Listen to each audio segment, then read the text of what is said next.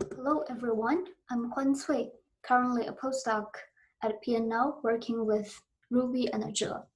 I'll be presenting our research about different rainfall characteristics in MCS and non-MCS events and how these different characteristics can lead to different hydroclimate impacts and roles in land-atmospheric interactions. So rainfall associated with mesoscale convective systems, or MCS, account for 30 to 70% of warm season rainfall in the central US, with the rest about 50% on average of warm season rainfall associated with non-MCS rainfall in the form of isolated convections and the stratiforms. So these two types of rainfall are having very different rainfall characteristics. We find that MCS rainfall is about 7 times more intense than non-MCS rainfall, but non-MCS rainfall occurs more frequently in time and space. Given their differences in these characteristics, if we take them as forcing into a land surface, they can result in quite different impacts over land. And this is essentially our motivation to look into how the different characteristics of MCS and non-MCS rainfall can lead to different partitioning into different components in the terrestrial system, which represents their different hydrological impacts and ecosystem responses. And also how these responses can feedback differently into the atmosphere through land-animal interactions.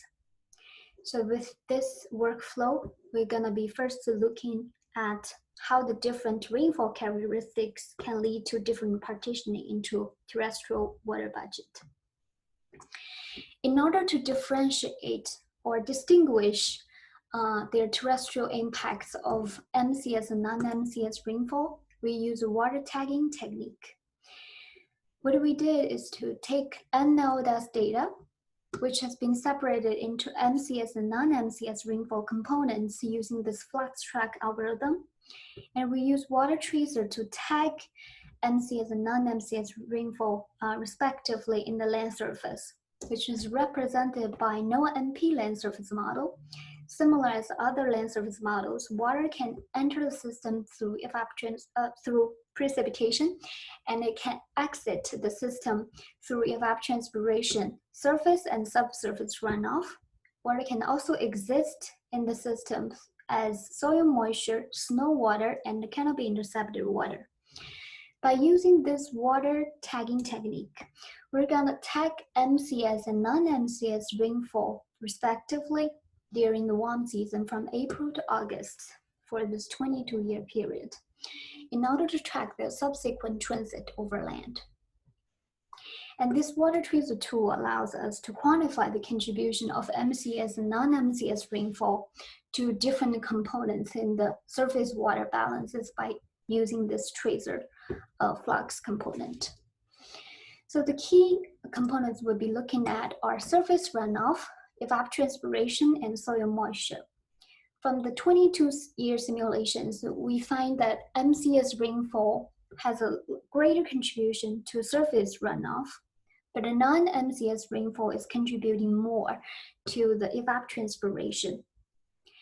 If we take a look at the seasonal cycle, then we'll see that the greater contribution from MCS rainfall to surface runoff is mostly during the beginning half of the warm season from April to June, which is due to the fact that MCS rainfall is much more intense than non-MCS rainfall, which usually exceeds the infiltration capacity of the soil. And the exceeding components will be coming surface runoff. But for evapotranspiration, we see that non-MCS rainfall has a dominant contribution throughout the warm season.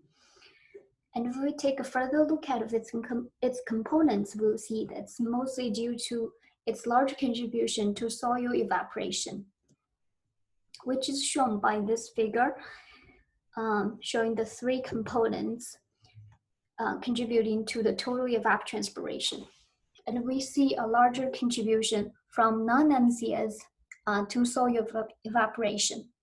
And such larger contribution is closely related with how they distribute vertically in the soil.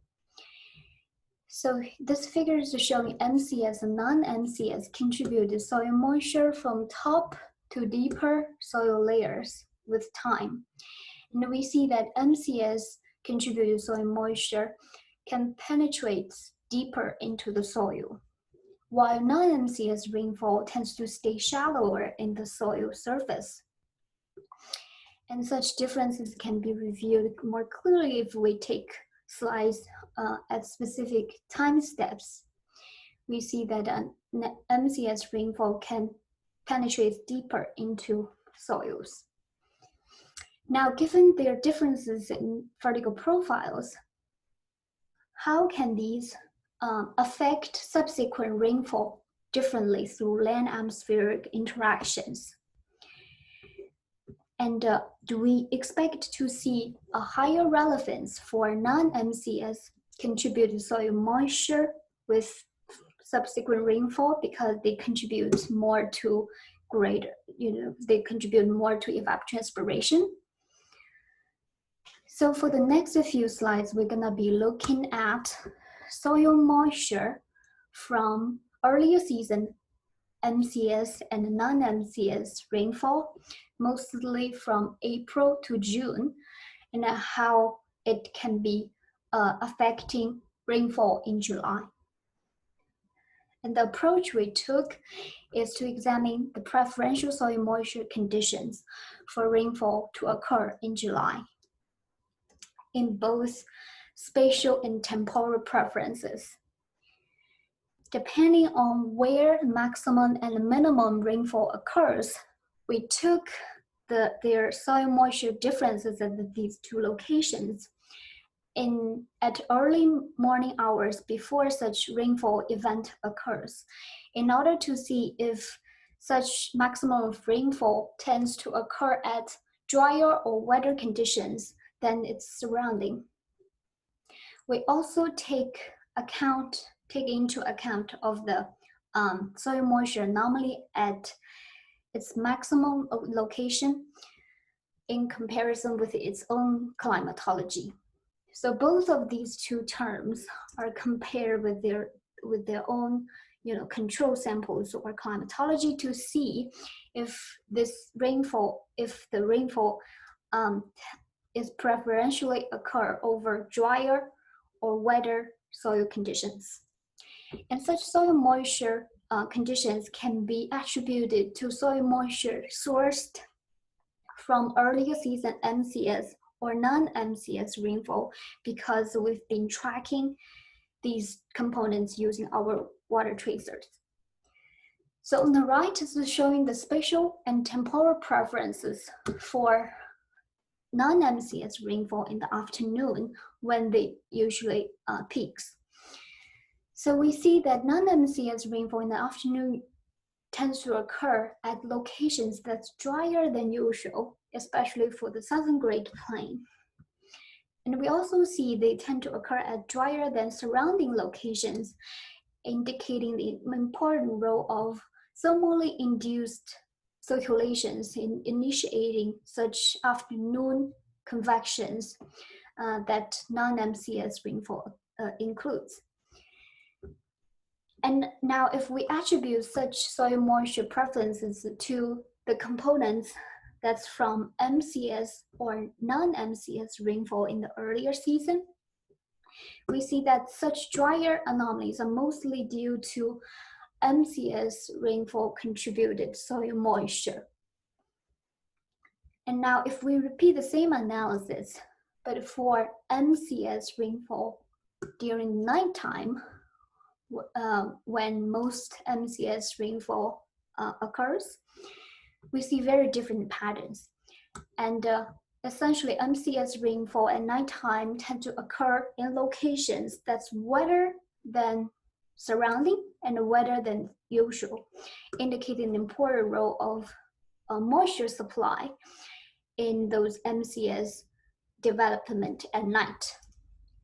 Similarly, if we attribute such soil moisture into MCS and non-MCS components, we see a close resemblance of MCS contributed soil moisture.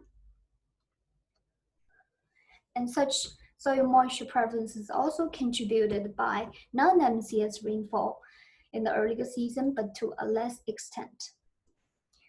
So essentially what we see from this figure and the previous one is a predominant role of early season MCS rainfall on July rainfall.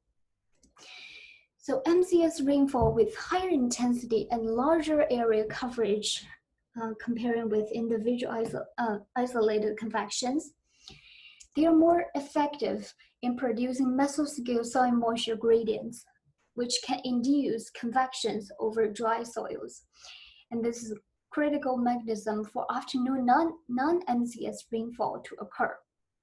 On the other hand, MCS rainfall with higher intensity tends to penetrate deeper into the soil, so they can induce soil moisture anomalies with longer memory. And such moistening effect into the atmosphere can be a critical component for nighttime MCS to sustain or to develop. But earlier season rainfall from non-MCS events that we might expect to see a greater role as it contributes more to evapotranspiration can also be an important moisture supply for MCS rainfall in July, which is supported by this high coupling strength between non-MCS contributed soil moisture and MCS precipitation in July by this line, which is having higher strength at the beginning, but it decays or decreases rapidly with increasing leading time, indicating its shorter memories left in the soil because it tends to stay shallower in the soil, so it has a quicker overturn back into the atmosphere. So to wrap up, essentially we find that due to the very different characteristics in terms of MCS and non-MCS rainfall, especially in terms of intensity differences, we see that MCS rainfall is a major contributor to surface runoff. It can also penetrate deeper into the soil, which can provide more sustainable moisture supply to the atmosphere, which is critical for MCS intensification and upgrowth.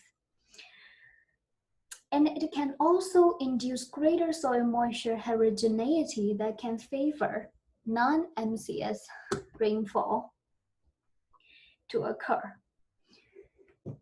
Now, with these conclusions that we got from land surface modeling, we're also interested in using coupled WRF simulations to better understand how these soil moisture components from MCS and non-MCS rainfall can be involved in different MCS processes.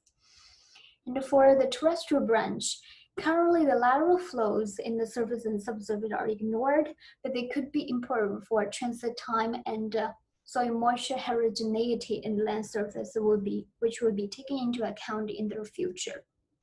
For long-term goal, we're gonna use the current numerical modeling tools we have with machine learning techniques to better quantify the movement of water in the land atmosphere systems in order to better understand soil moisture precipitation feedbacks and to better use such feedbacks in land processes to improve predictability of regional precipitation. And finally, here lists some references. And thank you for your time.